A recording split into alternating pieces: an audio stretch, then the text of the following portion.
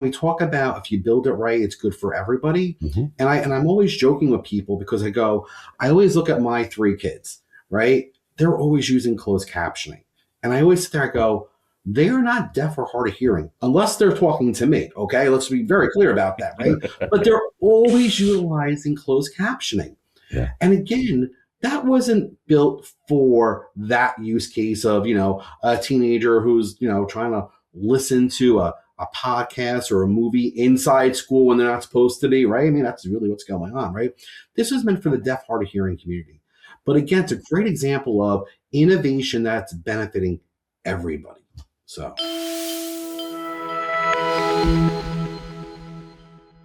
Welcome to Accessibility and Gen AI, the podcast where we talk to the people shaping the world of accessibility and artificial intelligence.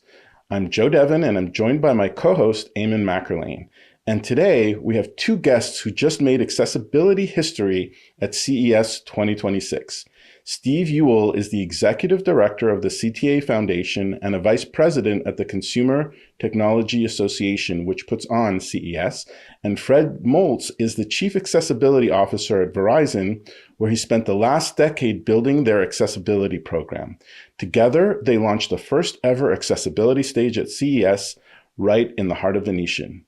Steve and Fred, welcome to the pod. Thanks, Joe. Yeah, thanks so much for having us. Yeah, we're excited. We usually just have one guest. Now we have two who have just done something so important for our industry. So we're really excited. But before we jump in and talk about CES, would love to start with you, Fred. Tell us a little bit about your history, your journey when it came to accessibility and Verizon. Great. Thanks, Joe. And Eamon, great to see you. I've been with Verizon now 26 years, and the last 10 plus years has been in the accessibility world. We start off as a very small accessibility program, just looking at the homepage in our My Verizon app. And then over the course of the last 10 years, we really have grown to be an enterprise program, where now we're looking at all of our accessibility features and products and services, whether it be for customer facing or employee facing. It's been a journey for the last 10 years. Again, we've made incremental progress as we've gone along, but really thrilled to be here and talk more about this because it's something that's for Verizon we are committed and invested in. Fred, Steve, delighted to meet you both. I have not met you in person, but it's great to have you on the show. As Joe mentioned, this whole show is about, and this time is about shining the light on accessibility and trying to do the right thing. You have both been huge advocates in that arena for many, many years. As Joe mentioned in the intro, CES, Steve, can you talk a little bit about the importance of CES and having like a platform for accessibility to share that specific area and what we're doing? So CES, probably the best thing to do is kind of take a step back and say, what is CES? So it's a trade show. It's an opportunity to bring together the entire technology world and look at what are some of the major trends that are happening in the industry. What are the new products that are coming to market? And really, it's a chance for the industry to talk to each other, to talk to retailers, to talk to media, and really highlight what is happening in the industry and build the types of deals that will lead the industry forward. Why it's so important for us to have accessibility there is because, CES is so broad, and, we have everything from the car manufacturers to the TV manufacturers to the telecoms and so on. So being able to build that conversation and get in front of people who would never go to a accessibility conference necessarily, but this is our chance to get in front of them and highlight how much opportunity there is around this space to build on this conversation and just create the greater awareness. So this has been something that we've been working on for a number of years. I feel like it's been kind of that slow push and ebb that continues to build, and really this year I feel like we broke through a bit. It's awesome. It really is. Were you happy overall with how it went? Oh, I was thrilled. It's always one of those things when you have an idea and, sit around talking to Fred about what could we do. And, when you come up with this and say, what if we created a stage? What if we created this additional content? What if we did this? Would anyone show up? And, it's one of those, you kind of hold your breath and say, okay, well, we'll build it. We'll make it happen. And then a ton of people show up. And so now it's like, oh, okay. The big challenge is, how do we get better? How do we continue to build from here? So I'm excited. I can't wait to see where we go from here. It's awesome. Congrats. So for people who were not there, can you paint the picture like where the accessibility stage was physically and what it was like in practice and in action? And particularly because for accessibility, the audience needs to have some additional, things like captioning, live captioning. Can you just paint the picture for people so they can visualize this? Yeah, and CES really does take over Las Vegas. So we have multiple venues throughout the city. We take over the Las Vegas Convention Center. We take over the Venetian Expo. We also have things at Fontainebleau and Aria and other locations throughout the city.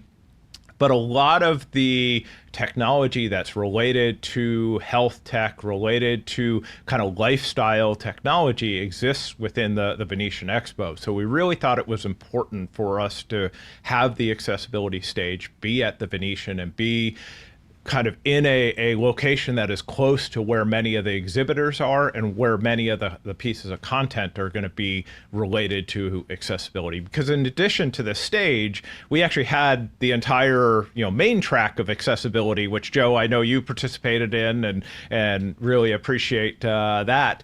And then we also have all the startups at the Venetian as well. So this stage was built out in the hallway, basically outside of one of the main halls, but it was in a major thoroughfare. So it is a location that people would be going past just in the course of going to the exhibits, in the course of going to other parts of the Venetian.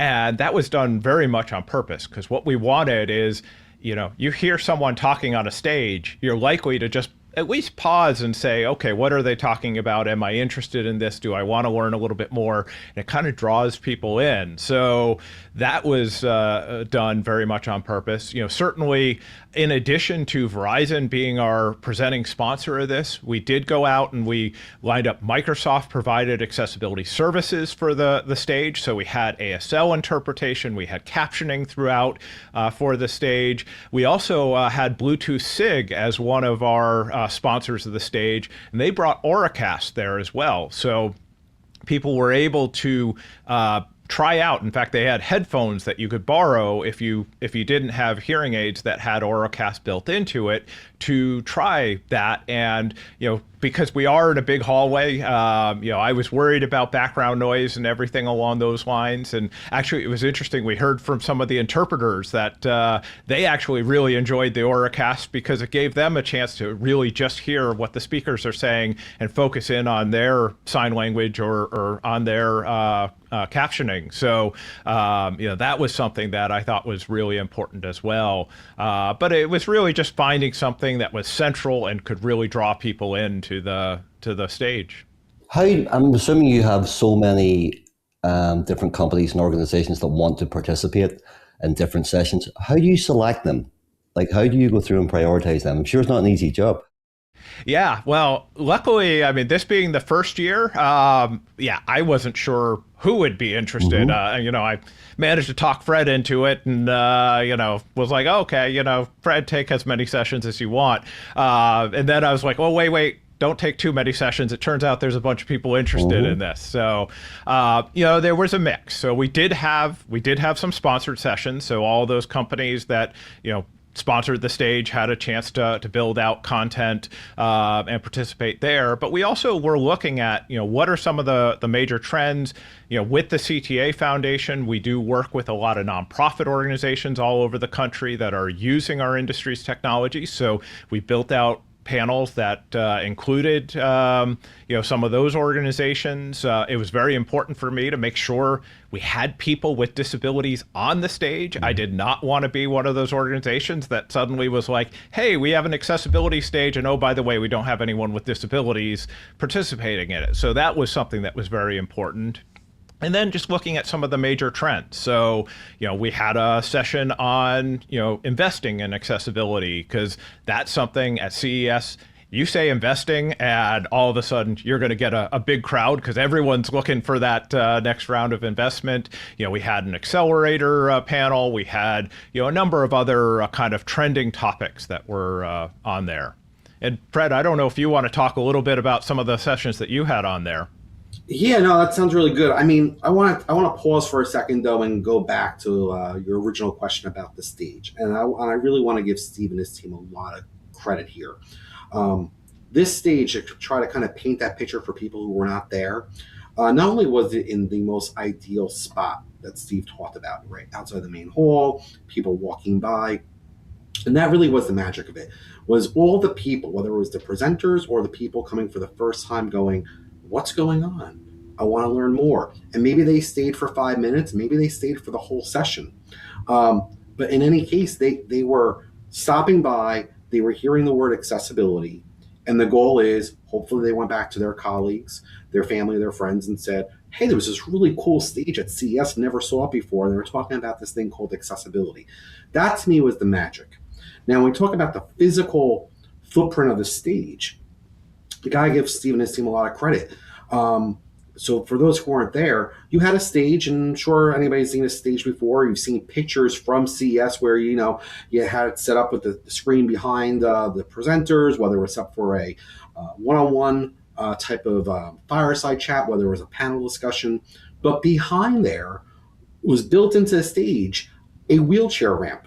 I think this is really important because I don't think I've ever really seen a stage that's kind of built for a trade show that was built in mind of people with disabilities, to the point of a wheelchair ramp built in as part of the stage, which I thought was amazing. And that got a lot of use because we had a number of presenters or panelists that were part of the stage that were wheelchair users. So it's one of those things to try to more visualize for people. Every aspect of the stage was looked at from an accessibility perspective, and really where it could be enhanced to be even bigger and better. Steve and the team did that. So that's number one. Really want to call that out. Really impressed with that. In terms of the content, when Steve and I were talking about different content, who was speaking, I gotta tell you, it was like, oh, this is really cool. We have all these different voices. But when you're there for the whole 3 days of all these sessions, and you're looking every morning at the big board outside the stage with who's presenting, or you're looking on the CES app, I mean, I'm making this number up. I think we're pretty close, and Steve, you can tell me if I'm completely off base here, but what the stage did was provide 24 different sessions of content related to accessibility, okay? Which means roughly you had between 75 and 100 additional voices being heard at CES on the topic of accessibility, which never would have happened if the stage was not there. CES does a great job with the talk track for accessibility, and that was still going on, which thankfully it was going on. But this stage enabled about 75 to 100 different voices to be heard from all different industries working on accessibility. And I just think that is just absolutely amazing. I was so overwhelmed by it. I knew what we were planning for. I knew what me and Steve were talking about. But to see it and to see all those presenters actually go up there and talk about their stories of their companies or their lived experiences, that was just incredible. Love it. And we actually had 25 sessions. So one more than you predicted there, Fred. And we had over 800 people. So we had badge scanners. So if you went and sat down at the stage, we had 800 unique people get scanned, and that doesn't include all the other people who walked by and didn't actually sit down.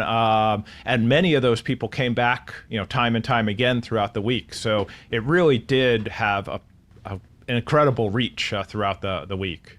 Fred, I'm so glad that you brought up the wheelchairs, because it happened to me before where I had a wheelchair user on a panel and they were just completely unprepared for it. They moved us to a different venue, and then we had to basically take all of the speakers and put them below the stage.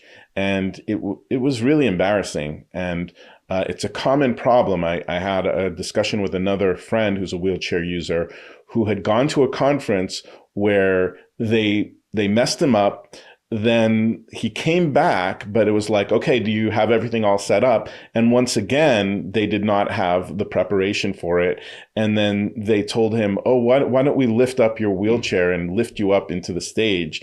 And he was like, are you kidding me? There's no way that you're going to do that. It was just really, he felt it was a humiliating experience. So I'm really glad that you called that You're out. right. And he's right. It is.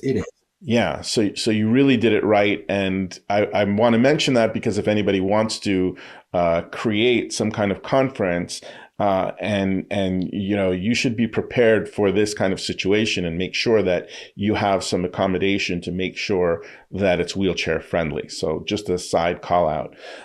Now I'd love to hear from both of you about the story of how this came together, because it is not an easy one to sell. I'll let Steve take that. It's his story. It was his brainchild. So yeah, well, no, this was absolutely a team effort. This is something I've wanted to do at CES for years. In fact, we were starting to make plans for this around 2020, which then we ran into COVID and everything going on there, and it just kind of got sidelined. And what we had been thinking there was so much kind of smaller scale than where we ended up with now. So this was something that, like I said, I had had some thoughts about doing this previous. Fred had been involved with some of our activities at CES. So we do a big accessibility roundtable. We do, other events there. And, so we started talking there. We kept talking at CSUN. And finally, he just basically told me, what would it take to make this happen? And I was like, more money than I have to be able to do this. And he said, well, what would that number be? And so it was a chance to kind of work with our operations team. I really have to give, the CES operations team is incredible. I mean, they spend all year building out all these different venues, all these different events. I think running one stage almost did me in. I can only imagine all the things that they're involved in. But they put together a plan. Yes, it was going back and forth. And you would think being in a city like Las Vegas, saying like, we need a ramp on a stage would be easy.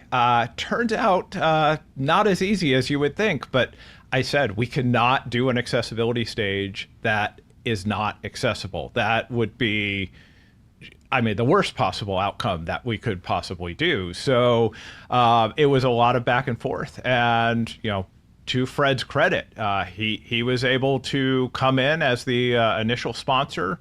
That helped us then go out and open up doors that got, the Microsofts and the Bluetooths, and, Meta came in, and a few other companies as well. They were able to come in and support. So that enabled us to say, okay, we're going to be able to do this. We're going to be able to make this happen. And then it was just kind of the, see what we can do, see what the reception is, and build it from there. And it only cost me maybe a couple drinks and part of my liver, but it was a great opportunity to build those connections and make something real out of it. This is a good example of where people say, hey, with technology, do we really need to be in person having meetings? Is there still something there? This is a testament of that.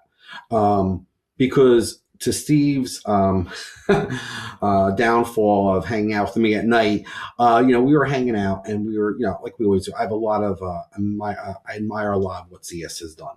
This is one of the reasons why Steve and I have been really good partners. All joking aside, I really think CS is one of those organizations that really tries and goes above and beyond where other trade shows do not when it comes for people with disabilities. But, I've been fortunate to work on a number of different working groups with Steve, or different panels with Steve. And Steve's also a member of our disability advisory board here at Verizon. And so sitting down with Steve, after a long day of, different panel sessions and, lots of walking around Las Vegas, we actually just sat down. This is where we were really brainstorming. And when he says, hey, I was like, what could we do more? What would you like? And he was bringing up the stage, and truly, when I said, what can I do? He was like, I need some funding. And I was like, all right, let's see what we can do. And there were a number of conversations from that night through CSUN and through other venues that we were collectively at. And I was able to kind of go back internally here at Verizon and kind of sell it. And I said, listen, this is the right thing to do. This is something that needs to evolve. We are committed and invested in accessibility as it is. This stage is going to really open up the doors for many more people to learn about accessibility, adopt accessibility, and most importantly, care for it up front. And that's where, again, it just started with a conversation between two friends saying, this is the right thing to do. How do we make it work? And listen, I think Steve could tell you, I kept telling him, I'm working on it. I think we're there. I think we're going to have it. And then when I finally saw that final email go across to Steve, I was like, oh God, we're in. This is perfect. This is great. And then the rest of it is really kind of history. It's just now one of those things where it goes, wow, that really paid off staying out a little later that night to talk about accessibility and how we can do something really phenomenal. And rest assured, we did that again this year after one of the nights at the stage. And, I kind of got Steve to say, yeah, we're going to do it bigger and better next year. And I'm really excited about that. So awesome. It's nice to hear occasionally it is worthwhile staying out a little bit later, just occasionally. Mostly it's not, but it's nice to hear that. Kudos to both of you. Honestly, it's a significant step forward to have that level of recognition, to increase awareness at that scale. It's a beautiful thing to see. Fred, for those listeners that are not aware of your background, as Joe mentioned at the intro, you've been at Verizon for some time now. I do appreciate how loaded this question is, but can you share with our listeners, a little bit about your background, but more importantly, how you were able to scale, embed accessibility, and ultimately drive Verizon to be a leader in the area? Yeah. So my background, I really didn't have an accessibility background when I started with accessibility. Quite honestly, I think with so many people, and I love to share the story, is somebody said accessibility, and I said, what is that? When I was first tapped on the shoulder. I mean, it's really what it was. The funny thing is, though, I've had growing up a number of family members that do have disabilities. Mm-hmm. And understand that disability and accessibility is really one and the same. Accessibility really is a means to the end to provide innovation, independence. So it wasn't that I didn't know what accessibility was. I just didn't know the word accessibility related to that. Mm-hmm. And a little bit over 10 years ago, I was asked, hey, listen, we have this brand new team for accessibility. And it was really a small team. It was really like one individual and a couple of contractors. And they said, listen, we're going to add this to your responsibilities, because the person who was leading it was, again, about 4 months old, took another job. And so I came in, and I will tell you immediately, within the first couple of weeks, I saw the power of it. I saw the power of it to provide people with disabilities independence. But at the same time, I was also starting to look at it saying, this is just the right thing. This fits our values here at Verizon. How do we take that and show people that this is smart business? It's not, do you do it because it's a good reason? Do you do it because it's a legal reason? Do you because it's all those scenarios. And I think that's just like everything else in the world. You do it for a number of different reasons. And that's why we started off really small. But in terms of how do we get from 10 years ago to today, I will tell you the number one reason is my team. I am very fortunate. I have a very dedicated and passionate team of individuals.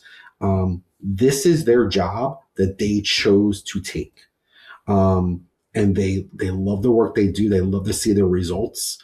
They love meeting the people that we're working with, whether those are advocacy groups, people who do have disabilities, family members of people with disabilities. One of the things that we talk a lot about is caregivers and how we bring that into our accessibility world here at Verizon.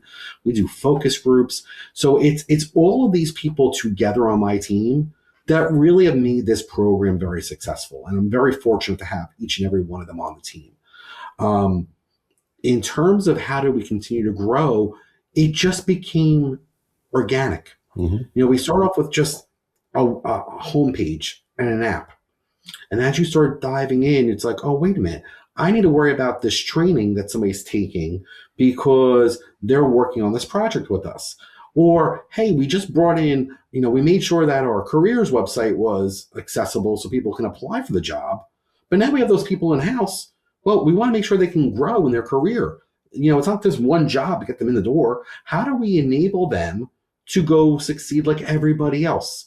That means making sure PDF trainings, for example, were accessible, right? Making sure that they can apply for a job internally for their next path on their career. So it's all these things that I think a lot of us take for granted, but that's how you really move on your career path. That's how you move with a ideation. That's how you move with your overall, hey, we're launching a new product. Is it accessible? Does it make sense? And it all comes back down to the same thing is if you build it accessible, you're building a remarkable experience for everybody. And that does take time. And I will tell you, there was no playbook. There was no magic wand.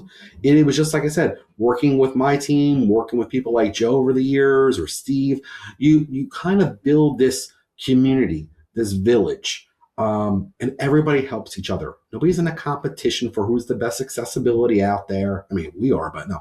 But you know what I'm saying? Like everybody's doing it for the right reasons. And it's just, it's amazing. And, I think that the stage really, in that sense, really showcased that because of all the different voices that were on the stage, as well as those who were just stopping by to learn something new.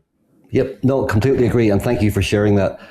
I absolutely have always aligned with it's the right thing to do. It's the number one reason. But ultimately, and it's something that we push, apart from legislation, it can and it has created a competitive advantage. So there's nothing wrong with creating a competitive advantage based on doing the right thing. 100%, I think all day long do that. But I think companies are starting to become a little bit more aware, not just are you enhancing the experience for everyone, truly enhancing it, that if you do it right, you do it really well, it does create that competitive advantage in sales and revenue. So yeah, absolutely. And the competition is good. And it's still also great that this industry is really trying to raise all boats, which is really cool. And now, Steve, I would love to learn a little bit more about your history because it's fascinating. You started out in politics, if I got it right. From politics, you went to national security. From there, you went to dairy farming and a cidery. And then you went into consumer electronics, where you have a dual role, heading up the foundation and a VP at the main Consumer Tech Association. So that's quite a journey. I would just love to hear any kind of fun stories you have about how you managed to switch from one to the other, and just such an interesting path. Yeah, well, I feel like a lot of people in this space do there's not necessarily a direct path into the accessibility space. A lot of people do find their way here by hitting a number of different areas. And yeah, I was a political science major, so I moved to DC, did one campaign and said, okay, I had enough of that. So, I always said, when I find the next good candidate, I'll go back into politics. And now it's been 26 years or so since. So I moved into the nonprofit world, and I actually had an old boss I had interned for who was at a national security related nonprofit organization where it was interesting. We worked with all the different military services, different intelligence communities, others like that, but it was all around like business aspects. So how do you do supply chain management if you're the Navy? How do you do, HR and, keeping employee retention if you're the Secret Service, and work along those lines, which I always found really kind of fascinating work. And that kind of moved me into the opportunity to take over an organization that was doing critical infrastructure protection. And it was a partnership with the FBI. And, the whole goal was to get the public sector and the private sector to talk to each other. And you would think that might not be hard. That was an interesting couple years that I had in that role.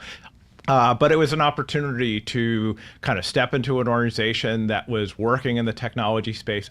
I've been a geek my whole life. I love playing with technology. I kind of, even when I had studied political science, I was always kind of messing around with computers and playing around with different technologies. So, the fact that I had had a chance to work in that space, and then actually from there, I did have a recruiter reach out when CTA, and at the time it was the Consumer Electronics Association, was standing up a charitable foundation, and asked if it was something I'd be interested in.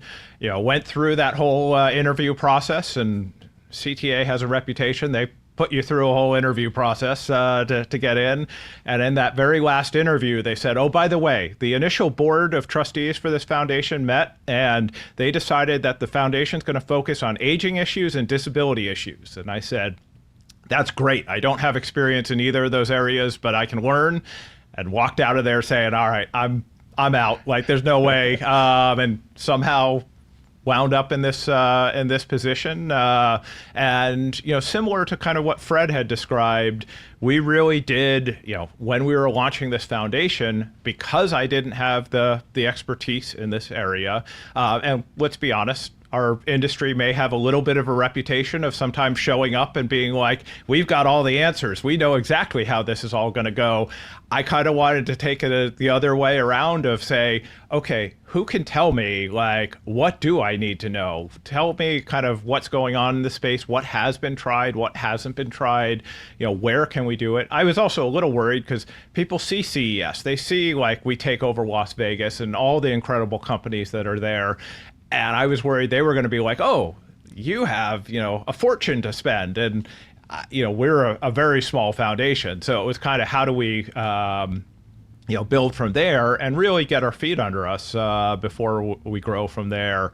The cidery and the farm, that was actually a side gig. So yeah, we live out in Loudoun County, Virginia, kind of more farm country. And, my wife had always been interested in weddings, so we bought an old dairy farm and turned it into a wedding venue and planted a bunch of apple trees and made some hard cider. And it was kind of a nice side gig to have. We actually sold the farm about a year ago, but I do miss playing in the dirt a little bit. I get to spend all the week working on technology and sitting at a desk, so it was always kind of nice to do something a little bit different on the weekends. But yeah, I think it just shows that there is so much opportunity to pull together. And even there, like, we work with one of the local wineries where actually one of the owners actually had her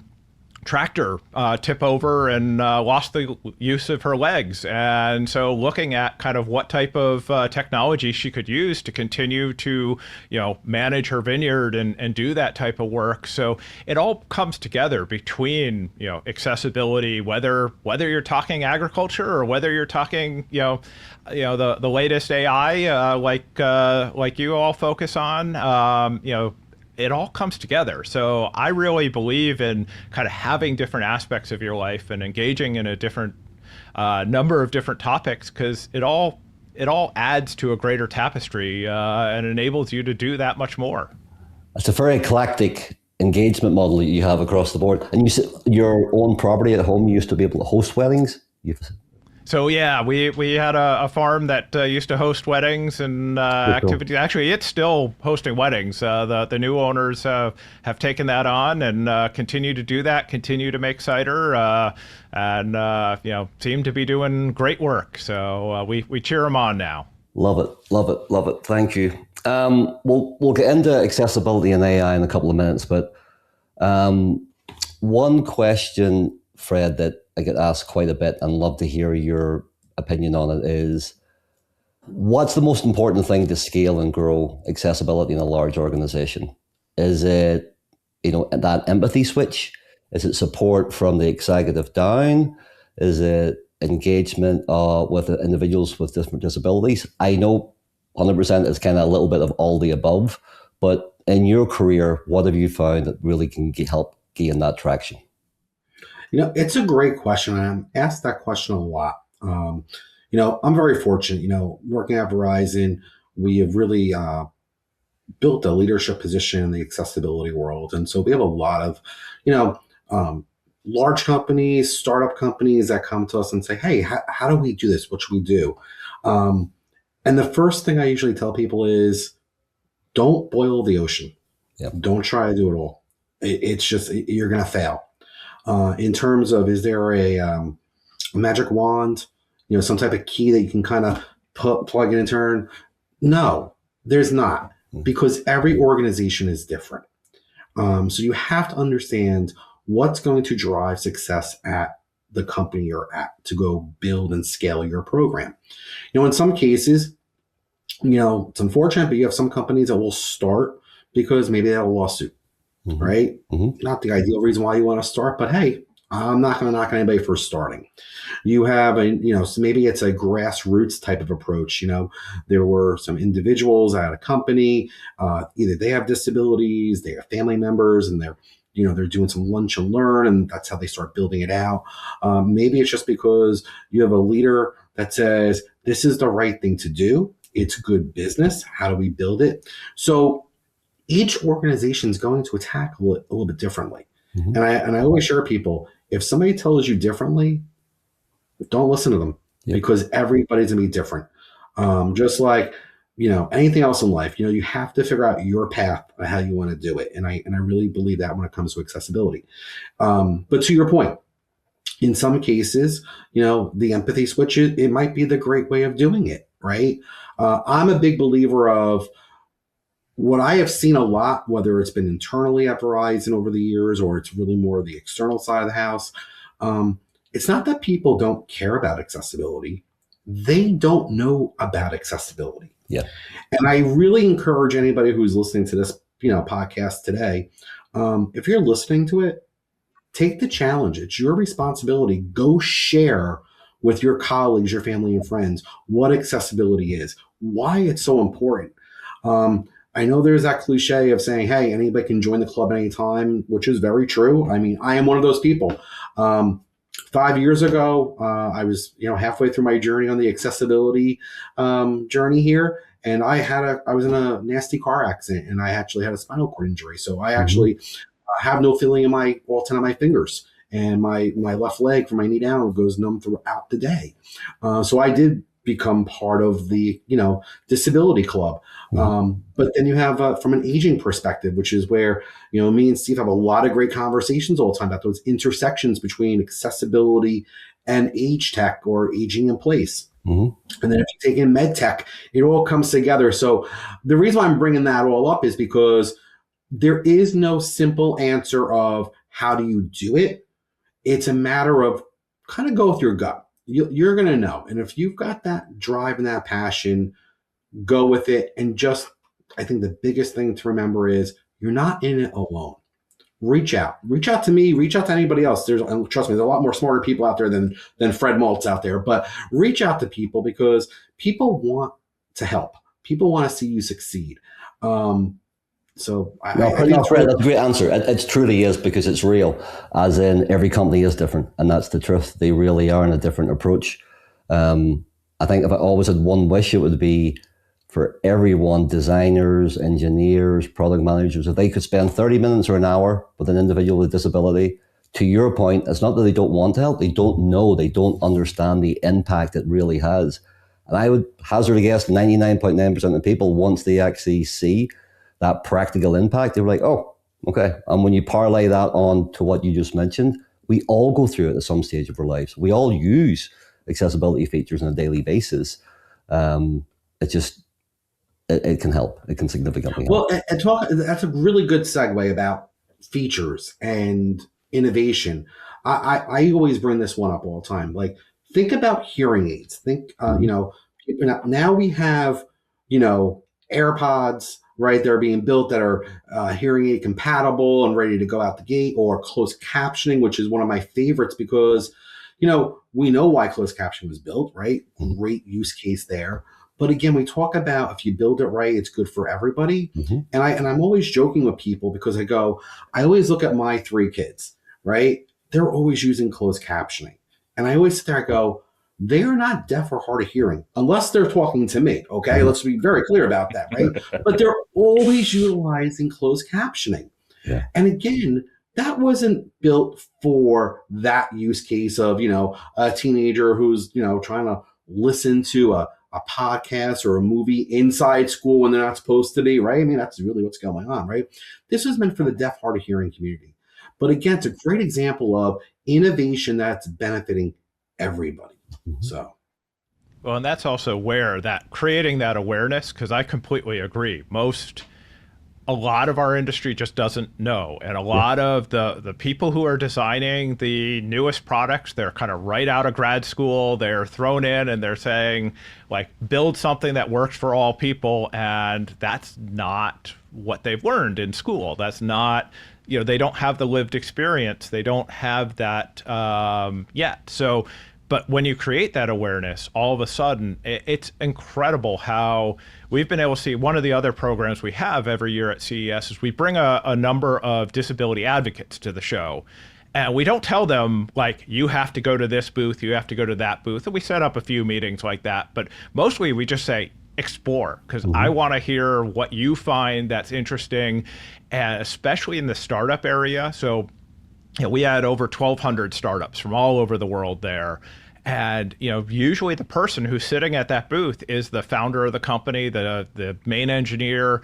And when someone comes up and is like, if you just made this tweak, all of a sudden there's an entire market that you're not serving that you could serve. And usually they're like, oh, I can do that. That's simple. Sure. Like, I just didn't know. Or actually, like, I'm sure you guys know Mike May, who used to be on my board and is a big advocate in the blind low vision space. He loves to go up and be like, show me your app and let me see if you've tagged everything in the app. And he's always pleasantly surprised when sometimes they're shocked that their app is actually accessible. So, I wish that wasn't a surprise to people. That's where we need to continue to build this awareness. But it's those interactions that really lead to people understanding that, yes, it's the nice thing to do, it's the right thing to do, but there's also a whole other opportunity out there. And that's how we can help, make that business case that just makes it that much easier for someone to go back. And especially when you deal with some of the bigger companies where they have to go back and justify, like, why am I adding this expense? Well, it turns out when I'm building an extra customer base, it's a whole lot easier to say, okay, we can add this additional feature or, make that change. And creating that awareness really is kind of the whole opportunity that I see out there. And as always, doing it right the first time is a fraction of the price than going back to redo it. It's always a fraction of the cost. Yeah, it is. And so to that point, if you have to remediate, that's going to cost a lot more money. Yep. And we all know if you don't build it from the get-go, you remediate, it's still not perfect. But I think, talk to Steve, your point about customer segments. One of the things I have shared with people is, okay, you have a new idea, this great concept, whatever it's going to be. It could be this cup of coffee, right? As the person who's innovating or the marketeer or the one who's running the business case, is your goal to attract the segment of customers to get just 75%? Or do you want to go and try to get 100% of that market base? And that usually gets people going, what are you talking about, Fred? And it opens up the dialogue, because I say, if 1 in 4 people in the United States has a disability, and we're not going to care for as you're building out your product or your marketing materials or whatever it may be, by default, you could be letting go of 25% of market share. And I don't think anybody out there who's looking to go build some new product or service is going, I'm going to build this thing, but you know what? I only want 75% of the market. That's it. I'm good with 75%. Everybody wants 100 plus. Mm-hmm. And so when you start laying it into real terms that are kind of easy to digest, which is, hey, you want 100% or you want 75%? Everybody's going to say they want 100% because that's what you should be shooting for. And that brings in everybody together to help go make that product or service accessible. Yeah, good call it. Here's another stat for you. How many people are in China? How big is that market? I'm going to go to Steve. He's the world. 1.4 billion. How many people with disabilities? about 2, right? 1.3. But if you talk about who's impacted by accessibility, it's actually higher than that 25% figure, because even if you're looking at the millennial, the age range is something like 30 to 45. And as soon as you hit 40, you start to need things like better color contrast and larger fonts and things like that. The hearing also starts to degrade at 40. And so the median age in America, I think now, is 39, and it's growing to be 50 and up, which is why age tech is so important, and it all feeds into accessibility. But all of this leads to another question. Since we're talking about innovation and CES is all about it, and our show is about not only accessibility, but AI, what was the most interesting panel or startup or AI technology that relates to accessibility that both of you have seen? And also, where do you think the industry is going, the accessibility industry? How is it going to be impacted by AI in the future? I'm going to take my little geek time here, and I'm going to plug the meta glasses. I'm always on anything like from that perspective. I just think it's cool. I just think it's really cool. I think it's exciting. And I think the number of use cases outside of what it was being built for and what it was being shared for is just tremendous. And that's where I look at AI and technology and innovation going with the accessibility industry, to your point, Joe. I don't think some of these companies realize already what they're going to be doing for the disability communities. I also don't think some of the disability communities understand what some of these products are going to do for them as well. And I think there is a true gap in terms of understanding. And I would love to see more of the innovators and the people in the advocacy groups or disability type of focus groups coming together to talk more, because A, you can build a much better product. But number two, everybody's tied in together. Everybody's really understanding then what is that roadmap for X, Y, and Z product? What is the benefits for this disability community versus that disability community? And how do we kind of bring it all together? That to me is where to me the real excitement is, because we're just seeing things that are being built now that it's moving so fast. And we're not having enough conversation about it. But when we do have the conversation, it's like the light bulb goes off for everybody. It's like, oh, wait a minute, that's going to help you too. And if I tweak this, it's going to give me all that. I just think we have to be able to stay on pace with the fast moving innovation, but also understand we have to really build it with everybody in mind. And most importantly, we have to talk. We have to have those conversations. And CS was a good opportunity, but we can't do it once a year. You know what I'm saying? I don't know, Steve, if you want to add to that. Yeah, no, you said it well. And yeah, at CES, AI was everywhere. And it's interesting.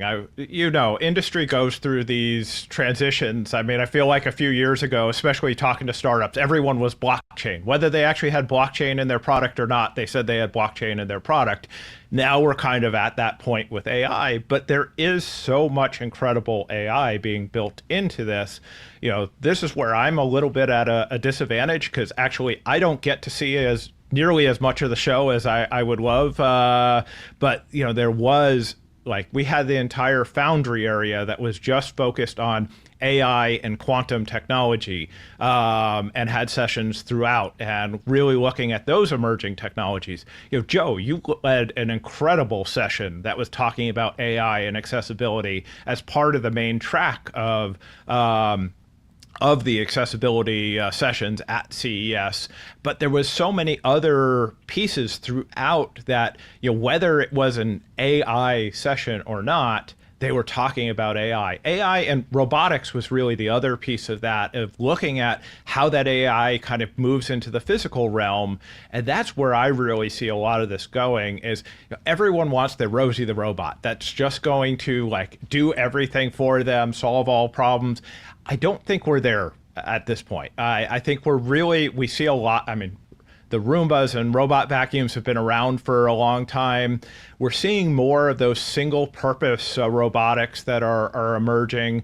But ultimately, what I'm looking at is how can this AI make it so your technology adapts to you versus you having to learn how to adapt to the technology? Because that's always been one of the challenges. Even, especially in the work that we do in the age tech space, people love voice first. Like, it's incredible, especially as the natural language processing has just gotten better and better.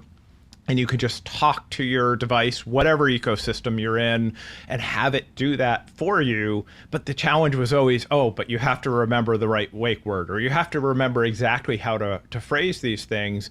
That's starting to shift. And this is really becoming now where all of these devices and this whole ecosystem can adapt to you. It can know, okay, I like it when, the thermostat goes to a certain degree and the blinds, go up at a certain hour, and it could do that for you and be able to.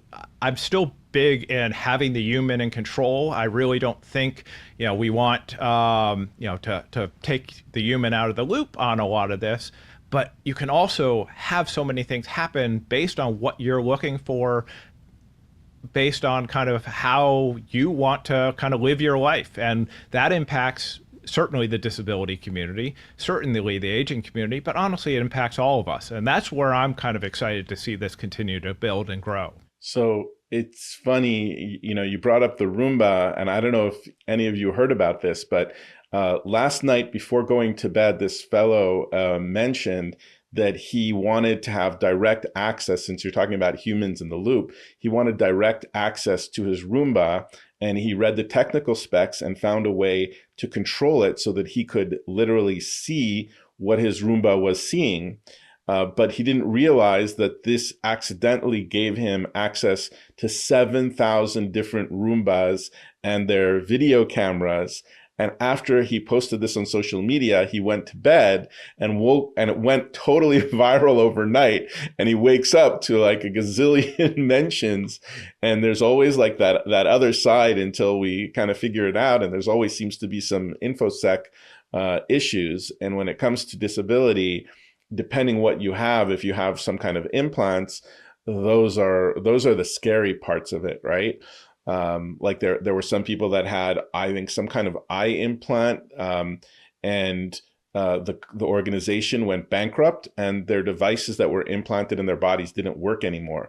So you also have the downside, and I'm curious if you have any thoughts to add to that. I think that's just every aspect. If you look at all the different revolutions over the years, right? It's kind of similar.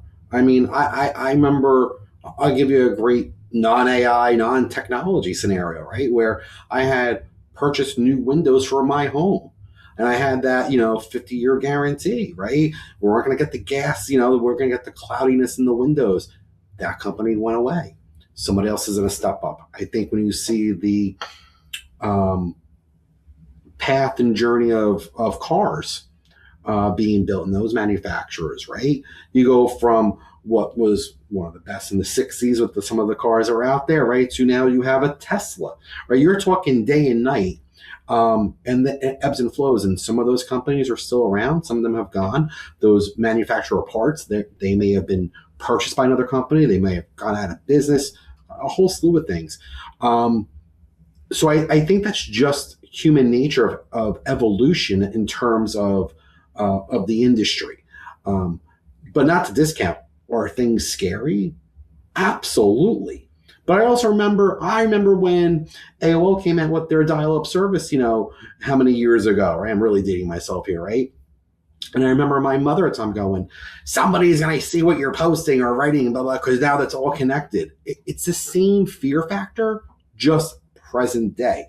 And let's, again, if we're all around here in 30, 40, 50 years, the next AI-ish thing will be that scenario then.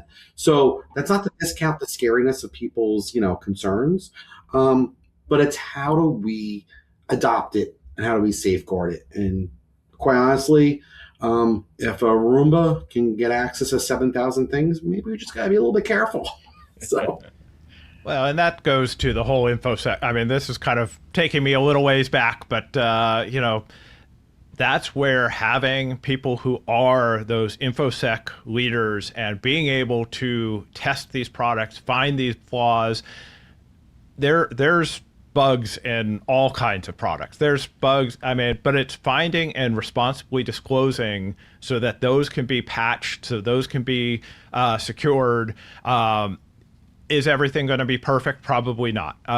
But the more we catch those, and then once again, being able to give people some control of, okay, if I want to share this information, like if I want to share, whether my front door locked or unlocked in the middle of the night with, a caregiver or a loved one, give me the option to say whether I want to share that or not, versus just, okay, I'm going to put it out into the world that, at 2 a.m. my front door opened, not everyone needs to know that or not. But, if you are looking after someone who has dementia, you might want to know that. You might want to get that alert. So giving people that control and being able to provide that level of granularity in it is really, I think, where there's so much power in this technology as well. And we're finding that at the enterprise level as well, literally at the enterprise level from a platform perspective. Our customers want it, they know they want to use it, but it has to be responsible AI. They have to be able to govern it themselves. They have to have the control tower to understand what's happening where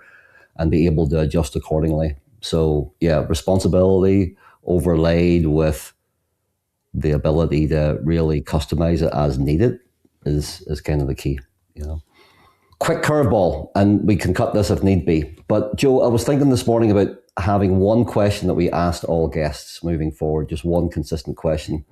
Please, Steve and Fred, love your opinion on, if there was one thing in your career that stands out that you say you'd be most proud of, and one thing that you would say, I would do that differently, what would they be? Either I'm really excited I met Steve, or it's really the worst thing for my career that I met Steve. You're not getting off that easy, Fred. You stole mine. No. All right. I don't know about the worst thing. Not worst thing, but something that you would change. The best thing, whatever happened in your career, thing that you're really proud of, and then on the flip side, something that you would do differently. You win or you learn. So, what's the learning? Yeah. Well, then I'm going to say my whole journey of accessibility has been learning, because I've made a lot of mistakes along the way. So let me say this. I would say the best thing for my career has been being introduced to accessibility, being given the opportunity to really create a program from the ground up, work with some really amazing people internally and externally, hearing different people's insights of their lived experiences has really shaped me as not only a leader for my team, but just somebody in the marketplace in the accessibility world. I really feel like everybody I have met has helped to shape me, sometimes in good ways, and sometimes maybe I don't want to be that type of person, to be honest with you. But I will say it's the stories, it's the people that really have helped shape me. Which is why I think if you talk to most people, they'll tell you if somebody reaches out to me, I'm always going to reach out back and try to understand who you are and have a 30-minute meeting at the offset, just because I want to learn more about who you are, and if there's something I can do to help you, great. But a lot of people don't realize when I meet with them, they're usually helping me more than I'm helping them, because I'm learning something new from them. I'm learning about maybe some piece of technology or some type of use case that I did not think about, because we don't have all the answers. And so you have to learn from people. But in terms of where I would do something differently, the last 10 years, every so often I feel that way. I always joke around, tell people, you have to make mistakes to learn from the mistakes. When we started doing the accessibility program, 10 years ago, I used to run the digital PMO team here at Verizon before that. And so for me, it was make everything from a PMO perspective. How do people do agile projects, right? They have user stories, and user stories have success criteria. And I was like, oh, I've solved this. We're going to create a user story for every project for accessibility. It was the stupidest idea possible. And I should have known it. Mm-hmm. Because you know what happened? I created an accessibility user story and it kept getting backlogged Mm-hmm. because they're like, I learned from that mistake. And now we don't do that. We add success criteria to all the user stories if there's an accessibility impact. That's how you get around it. But if you don't make those mistakes, how are you going to learn from them? And I do think for a lot of people out there, especially in the competitive world we're in, people are afraid to make mistakes. And if they do make one, acknowledge it and take ownership. I think it goes back to some of the conversation we were having earlier about just responsible AI. It's responsible in, you name it, AI, technology, processes. Everybody needs to be a little more accountable. And it's okay to make mistakes because at the end of the day, even with all this AI out there, we are still human and it's okay to make mistakes. Great answer, Fred. It's a very smart and humble answer. Love it. Steve? Yeah, and actually building off that, I've really, it's interesting because I get to work with people across the entire technology industry. And often, especially as we're talking about accessibility, I'll get people, luckily less so now than it used to be, but they'll say, I'm worried, I'm going to use the wrong term. I'm going to say the wrong thing. And I have to say, I have stepped on every landmine out there. I have said the wrong thing to the wrong organization at exactly the wrong time. And I'm still here. Like, if you do it from the right, the viewpoint of you are trying to make things better. When someone corrects you, listen. Like, if you get You're coming from the right place, with good intent. Yeah. Yes. But yeah, really, just having the opportunity to kind of build something within the industry, work with so many innovators like all of you, but also work with the advocacy community. It was one of those things. I always say when I got offered this position, I'm like, I get to work with the industry I love, but really make a difference in so many people's lives. Mm-hmm. Like, that is the dream to me. And it's also the responsibility of how do I continue to make this better? How do I, not step on that next landmine and blow this all up? And yeah, made tons of mistakes along the way. But I think really what I've learned is listen to other people, because often when I'm like, oh, I know exactly how to do this. Don't worry, I'm just going to run ahead and do it. That's when I learn from the community, wait, hold up, that's been tried. There's a reason it's going this way. And just because something's been tried before doesn't mean you don't necessarily want to try it again, but it also means you have to take into account, what other people's experiences are. And I'm just a big believer of throw a bunch of smart people in a room with some challenges, and it's incredible what can come out of that. So yeah, I'm excited, and I see so much opportunity to continue to build from here. Before we wrap up, I have one question. Are we going to see an accessibility stage next year? And then also please let us know how folks can reach out to you, get involved with the accessibility stage, with CES, with Verizon's accessibility program. Please give us your information. Steve, is there going to be a stage? There better be a stage. Yes. No, we are already in plans to build out the stage. We've already been collecting a whole lot of feedback on what worked well, what didn't work well. In fact, we actually have an organization we're working with that has been collecting feedback specifically from people with disabilities to give us further insights on what are we doing well, both with the stage, but honestly across CES, of how do we continue to build and improve. So yes, we will have the stage back next year. We are going to continue to do all the other activities we do. Who knows, maybe there's going to be something new next year. We're still kind of workshopping it, but yes, I saw this as such a major step forward. And the good news is we saw the engagement from so many people across the industry that are interested in being involved now. If anything, my worry is, okay, we had 25 sessions, there's only so many we can do.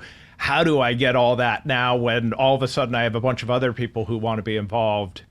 As far as how to get involved or get in touch with us, CTAfoundation.tech is and it's .tech is the website for our foundation.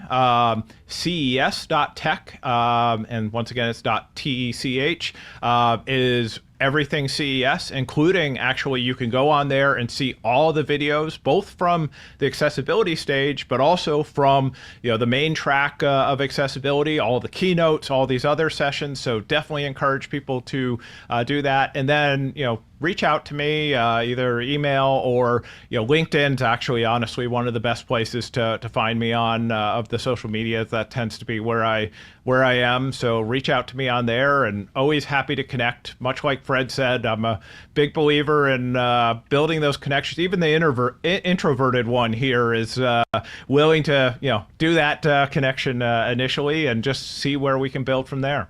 And I will tell you, I joke around with Steve. Steve will tell you, since CES has ended, I think we probably have had about 8 different instances of either a text message, an email, or a phone call going, can't wait for next year. What can we do? What can we do differently? It's really, again, it's a CTA show.